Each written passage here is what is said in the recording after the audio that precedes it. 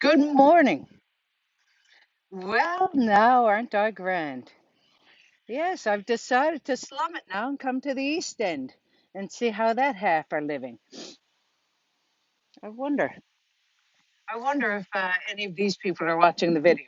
Well, we'll soon find out. How are you doing?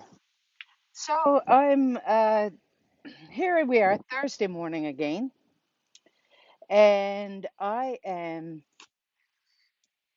down in the East End because I thought, I didn't want to miss out, and I thought I'll do the video down because I rearranged my schedule, if I'm honest, because I didn't want to miss my time with you.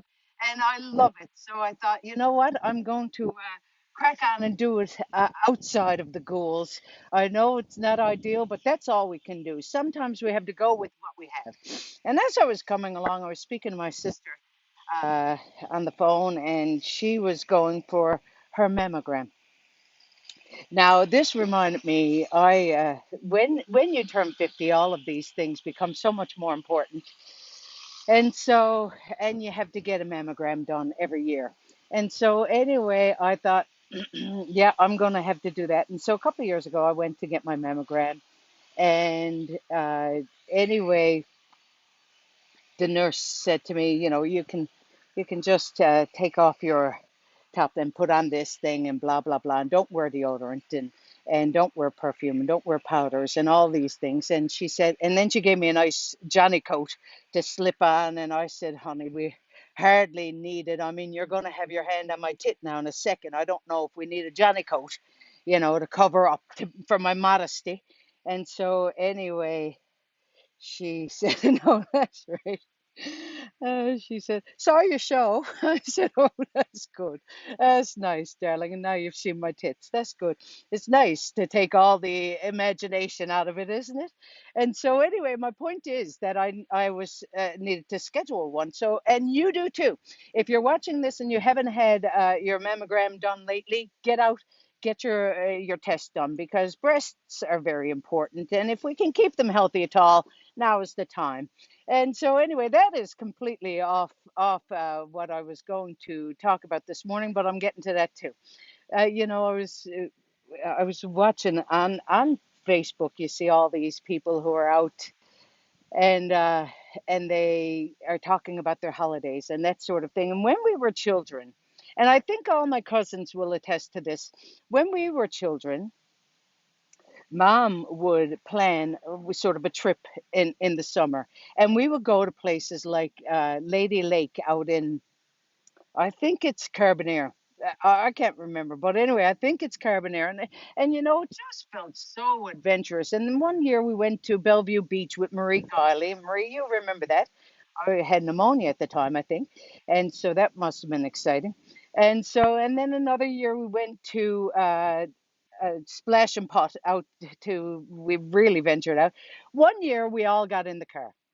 And back then we had a Lincoln Town car. We really felt so, it was so opulent. We felt like I think the reason they got a Lincoln Town car is because there were seven of us and it's hard to fit anyone, that many in a Micra.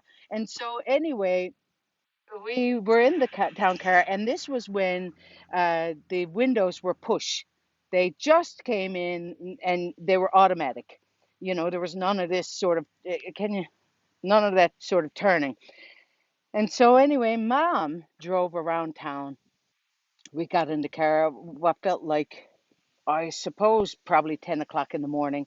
And all the youngsters piled into the car, and Mom stopped. It felt like every sort of 10 minutes she would stop and get something here and get something there. And anyway, about 3 hours later, we were driving and driving and driving and driving. And I finally said, Mom, I said, are we ever going to get there? She said, we're here now, darling. I thought we must be out of Newfoundland. At this rate, at this sort of driving, we got to be out of Newfoundland. And anyway, we were over on Topsail Road at Karwood Cabins. Now, we thought that was the most exotic place. Does anyone know that? Do you know Karwood Cabins? It's right there in Paradise. And I thought we must certainly be off the island by this time. Mum said, I remember that, darling. Yes, Carwood Cabin. She said, I said, I never understood how only took us 10 minutes to get home. She said, no, I used to run home every day and do the laundry. I said, this is what I'm talking about. Our childhoods are so deceptive, aren't they? I mean, we think about these things and we think, oh my God, we got the world by the arse. And yet, and we did. That's the other thing. We did have the world by the arse. So now tell me about your upcoming plans. This is the point. Tell me about your plans for the summer. Next week, I'm going to be on location. I say that like it's so glamorous, and it is. I'm going out to Gander and Clarenville next week. And so I won't be on Thursday morning next week. I'll be on Friday morning. So be sure to tune in on Friday morning, not Thursday. I know many of you, we kind of have our own little sort of group now, don't we? I feel a little tiny bit snotty actually that I got my own little group and we have this little conversation every week. So it'll be Friday morning next week.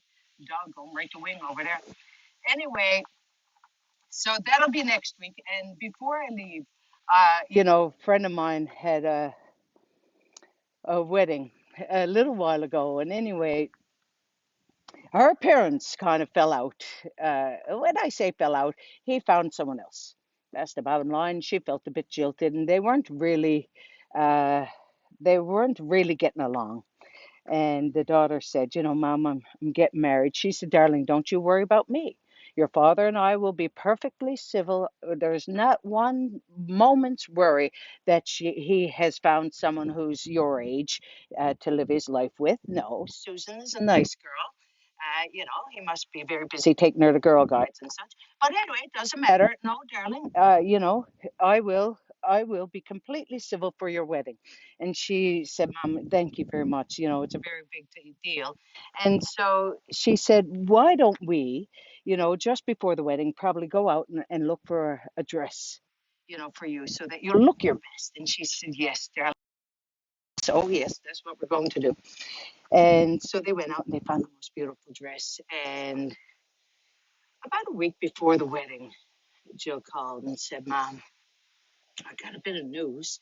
She said the rehearsal party is next week, on Thursday night. The wedding's on Friday night. A little bit of bad news is that Susan has a dress just like the one that we bought for you.